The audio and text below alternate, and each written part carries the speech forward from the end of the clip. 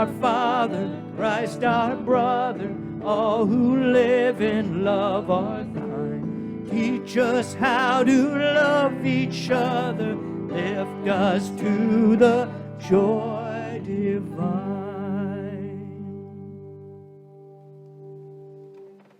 Kind of got us moving there. Thank you very much for selecting that.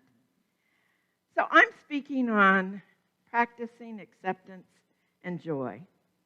And so my question to you, are you willing to accept? Are you willing to accept? Are you willing to accept life on life's terms? Are you willing to accept joy? Are you willing to have joy in your life? I think most of us are. So a couple of weeks ago, I spoke on joy, and I talked about what joy was and where we find it and how we find it, and talked about what it was not. So it's not money, it's not power, it's not status, it's not those things in the outer world that we sometimes long for. I can tell you, I can still see things that I go, oh, I would like that. My son's been looking for a house, and he was sending me pictures of houses, and I'd look through them, and I go, yes, that one. You know, I found myself really wanting. Is that going to make me happy? Is it going to make him happy? Probably not, but it sure is fun to think about it. So where does happiness happen? Happiness is an inside job. Happiness, I get this thing turned around right. Spiritual happiness is a good feeling in the essence of our being, in our heart-mind, produced by divine connection, which causes us to see the beauty of the Christ, within ourselves and in the world. Are you willing to see the beauty of the Christ within yourself and all those folks around you? Because that's where we begin to find that joy, when we see past appearances, when we let go and accept, when we let go of what we think life should look like. Oh my, I can tell you I still have some of that, but it's so much more fun when I begin to accept life on life's terms. So much of what we can do is create a place where we experience needless, unnecessary suffering. You know what I'm talking about? Needless, unnecessary suffering. When you think that something's got to be a certain way and you do everything you can to make that happen, and all of a sudden you realize, oh, that's not it. I can just let that go. I could have had a V8. I just let it go because I'm just creating suffering within myself, and I don't need it. I really don't need it, and furthermore, I don't want it. I also spoke of the 8 pillars of joy and went over 4 of them and talked about how they can bring about different situations, and we'll look at that a little further. And so the first 4 pillars of joy that the Dalai Lama and Archbishop Tutu talk about are perspective, humility, humor, and acceptance. Those are the first 4 pillars. So perspective, what's that mean? That means that we all see things differently, right? And if we can see something differently from somebody else, it means that we can also see something differently for ourselves. Have you ever looked at something? Okay, this was great for me one time. Saw something down the road, was convinced that it was an animal that had been hit and was still alive and was, doing this. Oh my gosh, I'm going to have to deal with it. I finally got down the road. From my perspective back there, remember, it was an animal, been hit, was hurt, flapping. I got up close. It was a plastic bag. Perspective. We have different perspectives, and we can change our perspective at any moment. I think it should be this way. Oh, I think I'll change my perspective. I think I'll change my perspective. That's easy enough. We have the ability, the mind power to do that. Humility. Humility means that we recognize that we are all children of God, and that we are all worthy of love, and that we are all equal. That's a hard one for some of us, but we are all equal here, folks. That's what humility means. It means that we're all on an equal playing field. Whether we want to believe it, whether we want to live from that or not, we're there. And then we have the pillar of humor. Doesn't humor work well to connect us? If you're in a tense situation with somebody and something happens and it's funny, doesn't that just break up everything? And suddenly you go, oh, that's no big deal. That's no big deal. Why are we arguing over that? It's just no big deal. It's kind of funny. Humor, it's a great thing. Then there's acceptance. And acceptance is the place where things can begin to change. So if we don't accept life where it is, if we don't accept what's going on, we cannot change. That means we have to look at life and the reality of life and accept that and then say, this is where I am, this is who I am. Now, what am I going to do about it? Am I going to sit right here and feel like poor, pitiful me? Am I going to look at this where I am and realize that I can do this? And if this doesn't happen, I can back up and look around and I can do this. So I was in New Jersey last week and my friend was saying, well, I can't do that because da-da-da-da-da. And I went, well, I can do it. She said, no, you can't. I went, watch this. And I just moved some things and I did it because it was so very easy for me to see it from a different perspective and to take a different tact on it. So that's what acceptance means. It means we start where we are, and then we become willing to see a different way.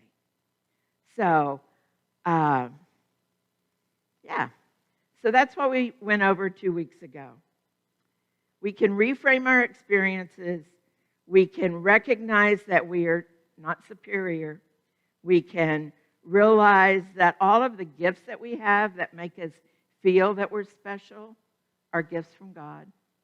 And all of those things that make us feel like there's something wrong with us, all part of our godliness, all part of that creation of God. So we can let that go too. There's nothing wrong with us if that's the way we were made. So there we go, an acceptance. It allows us to engage in life on life's terms rather than rail against the fact that life is not what we want it to be. Oh, my goodness.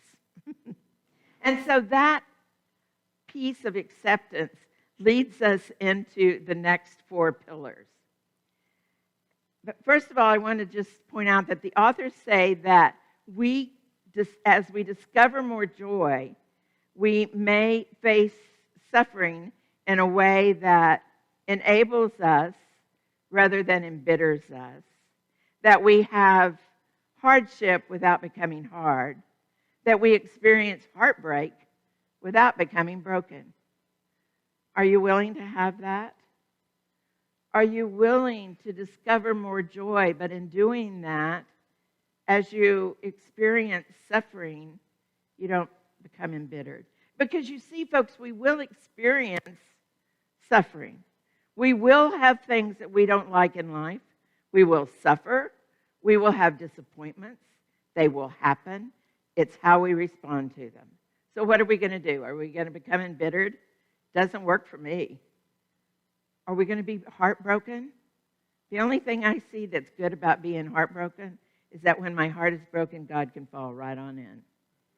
And the words of God can fall right on in. That's from a Rumi saying that as our heart cracks, the words of God can fall right in. So, it's all right. We're going to have these challenges. We're going to experience them. But we're also going to have ways to get into the flow, to get back into the flow. If we're having those moments where we're challenged, we have ways to get back into the flow. And that's the important thing. So, here are the next 4 pillars. We have forgiveness. And this is what I have to say about forgiveness. Forgive, forgive, forgive. Forgive, forgive, forgive, forgive. Forgiveness is a key in spirituality. We must let go of the past. We must release the things that are bothering us, that we feel that other people did to us, that we feel that God did to us, that we feel that we did to ourselves. I always like to say that's the master level forgiveness, is forgiving ourselves. The Dalai Lama and Archbishop Tutu says that freeing ourselves from the past is the only way we can heal ourselves. Until we release the person with forgiveness, they hold the key. They hold the key to our lives, to our happiness, to our hearts. Whomever we're carrying, whomever we're holding, they hold the key. Do we want that? Archbishop Tutu had a lot of experience with mothers whose children were killed in the fighting that happened in South Africa. And the mothers were very angry. And they met with some of the people who were involved in the fighting there in South Africa. And the mothers were just so angry. They didn't even want to see these people. They didn't want to forgive them, even though the others had written letters. They just, But they went away. They spent the afternoon away with Archbishop Tutu, talking about how they felt. And by the end of the afternoon, they went to the soldiers, and they said, and the mothers of the soldiers that had done this, had perpetrated the killing of their children, and said, "We don't want to hurt you. We don't want to hurt your children. There's been enough hurt. Let's just stop it." Now, I don't know about you, but that just brings tears to my eyes. You know, they had lots of reason to be hurt, and they said, let's stop it. They got it. They got that wasn't going to get it. So we go from forgiveness, we got to do it, to gratitude, being grateful for something good. And we may not always feel that there's something good to be grateful, and that how can we be grateful? But you know, I know y'all know, that you can always find something to be grateful for in the midst of most everything. You can find something to be grateful for. I've heard people tell me over and over when something really bad has happened that they've connected with a person, they've had some kind of experience, they saw God, they knew God. So here's a story. There was a boy that's family was extremely wealthy. And the father decided that it was time that this young man learn that his family was that wealthy. And so he took him out to a farm way out in the country where the people were very poor. And they stayed out there for a couple of weeks. And they slept out, and they helped on the farm, and they did all the work. And as they were coming back, the father said, "So, what did you think?" And he said, "Oh, Dad, that was wonderful." And he said, "Well, did you see the difference between people who are rich and people who are poor?" And the son said, "Oh, yes, Dad, I did. Thank you for showing me that. Those folks had 4 dogs and we have 1. Those people had a vast land. We have a small patch. They have a river that runs through. We have a little hole in the ground. We have to go to the store to buy our food. They have an endless supply growing in the ground. It's amazing, Dad." Well, the father was feeling pretty stunned. He didn't quite know what to do. But this child just kept naming the things that were so good in this family's life. He said, "You know, we have to have big fences around our property. Their property is open-ended and their neighbors protect them." He said, "Dad, I'm so glad you showed me how poor we are."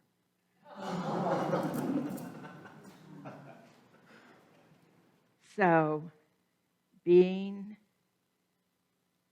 rich, being in a place of goodness and grace is about acceptance, but it's also about seeing the good and being grateful, recognizing what is. Thank you for letting me see how poor we are. So we have compassion. What is compassion? Compassion is feeling for other people and wanting to do something about that. You see somebody hurting, suffering, don't you want to do something? Make it better, change the situation, if you can. If you can safely help somebody, don't you want to do that? I think about the Louisiana Cajun Army that goes out in boats helping people during hurricanes, helping people during natural disasters. They just get in their boats and they just go to help people. I think that's pretty amazing because they feel compassion. They feel compassion for people. They see people suffering and they want to change something. They're challenged to help people. Generosity. Generosity is often an outgrowth from compassion. It's taking the energy that you've seen and experiencing faith. And the Archbishop said that the number one key for him in all of this work that he does is having faith. And having faith in God and having faith and trusting in Spirit. So I spent some time with that and thinking about faith and praying about faith and wanting to understand faith a little better. And I think we all feel like we have faith in God most of the time. But I want to invite you to think of this a little different. I want you to think about how much faith universe, God, Jesus, your name for the divine Spirit has in you. Because we were made in the image and the likeness of God. There must be. We must have been given a lot of leeway, a lot of faith. There's faith in us to do the right thing. Faith in us to love. Faith in us to reach out and help others. Faith in us. I mean, yes, I have faith in God. But don't you think God has faith in me to let me show up and live? I think so. I think that's true for you as well. So, generosity. We have the ability to be generous, and I think we always want to be generous. And it's fun to be generous. It makes us smile to be generous. So when I was thinking about that Cajun Army, the Louisiana Cajun Army, I Googled it because I wanted to know a little bit more about it. And it's 19,000 volunteers, or at least it was several years ago, who come together to help those who suffer through natural disasters. Their mission is to connect the needs of the community with those willing to serve and to provide a trusted place where information can be shared and acquired. Their mission is to rescue, relieve, rebuild. We don't want the help. We are the help. We are the help. I like that a lot. So that's their mission, is to go out and help folks. So joy happens in the face of difficult situations when we look at them, face them, and are willing to stand up and do what we need to do. That's where joy comes. When we stand up and do what we need to do. If there's something we can do about it, great. If there's not anything we can do about it, why should we be unhappy?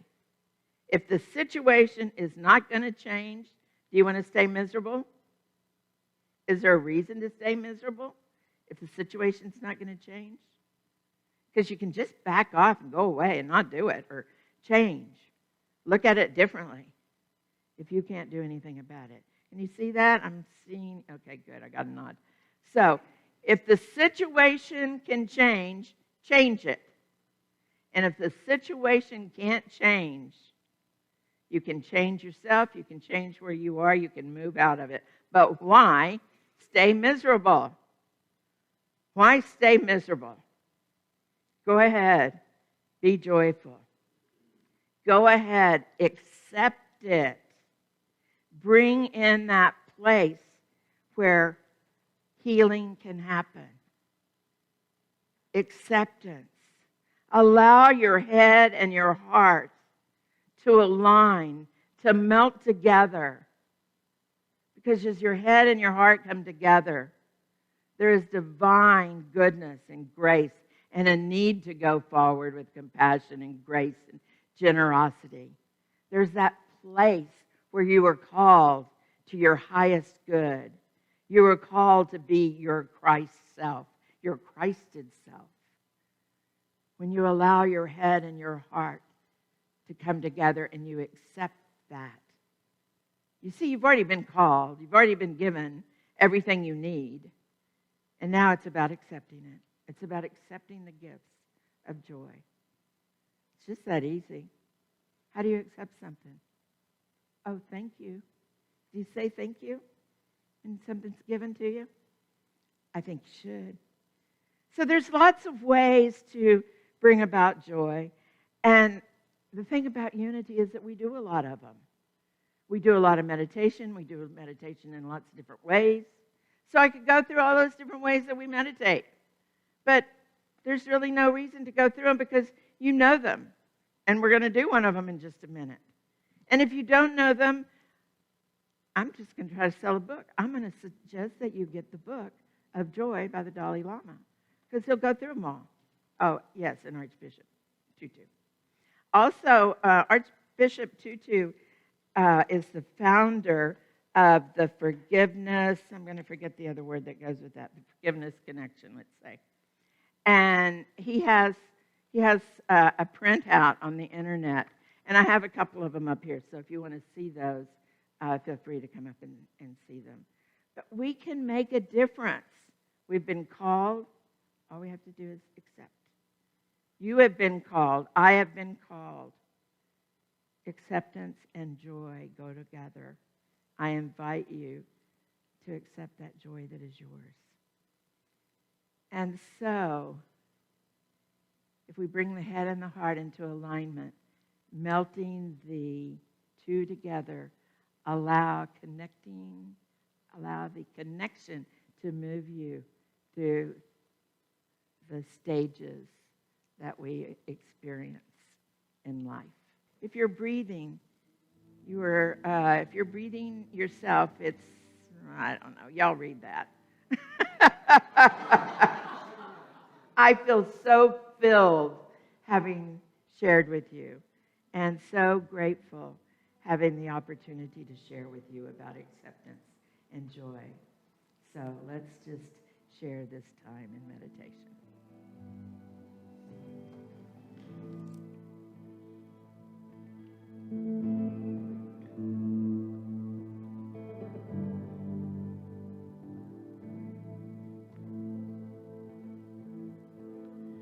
Om Shanti Om. Om Shanti Om. Om Shanti Om.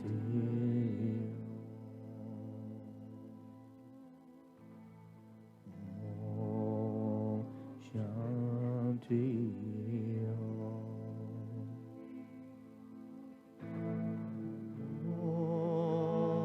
Shanti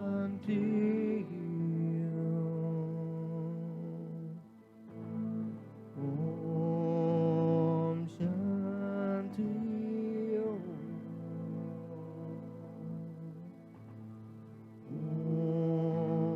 Shanti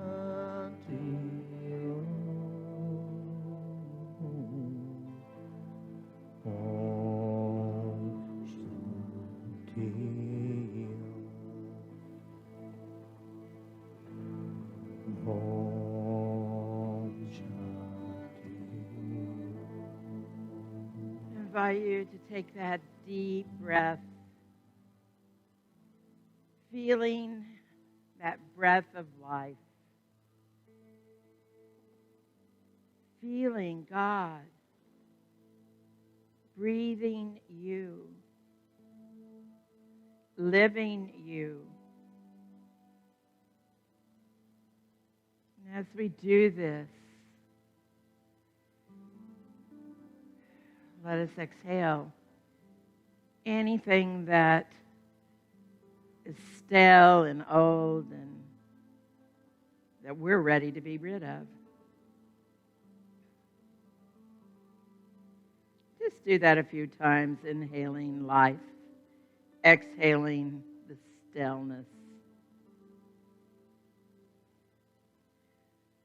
For we are now in a place of acceptance, of accepting God's grace. We are in a place of acceptance, accepting joy, deep, profound joy.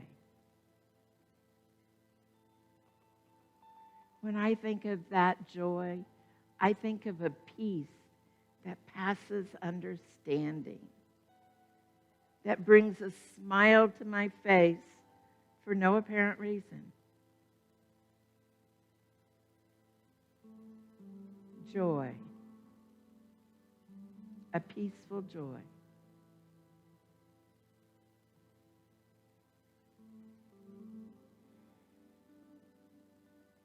And as I experience joy, I feel it move through each cell of my body,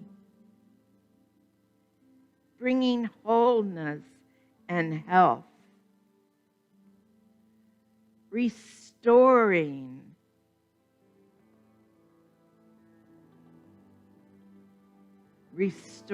my organs, restoring my bones, sinew, my muscles, restoring me.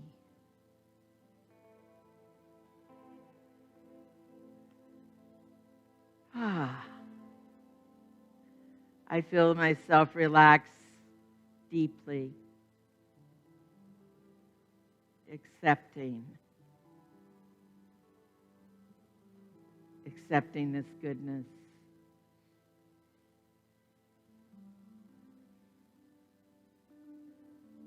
So I find myself going deep within to that heart place, to rest, to be, to quietly observe my body and to listen.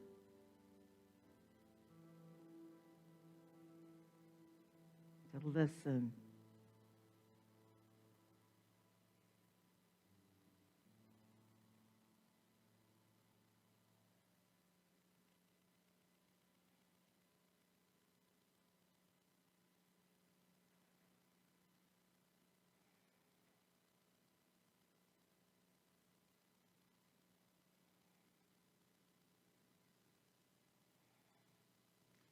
It is in these quiet places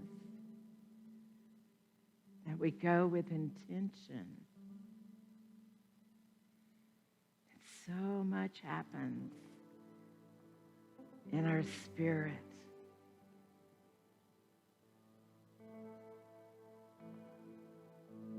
It's when we set out with intention that we experience a freshness of the day,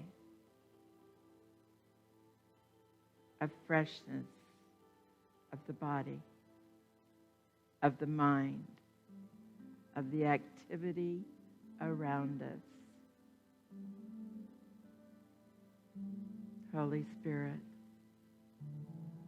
we are so grateful. We are so grateful for the love that you bestow upon us and the love that we can radiate out into our community.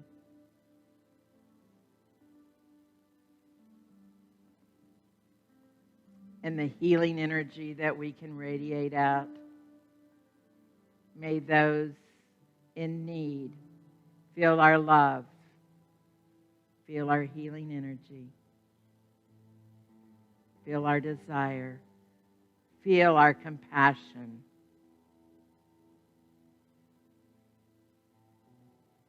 And so we go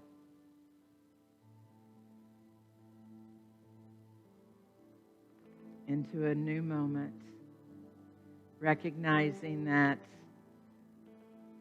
we're about to open our eyes and see everything anew with a new energy, a new light.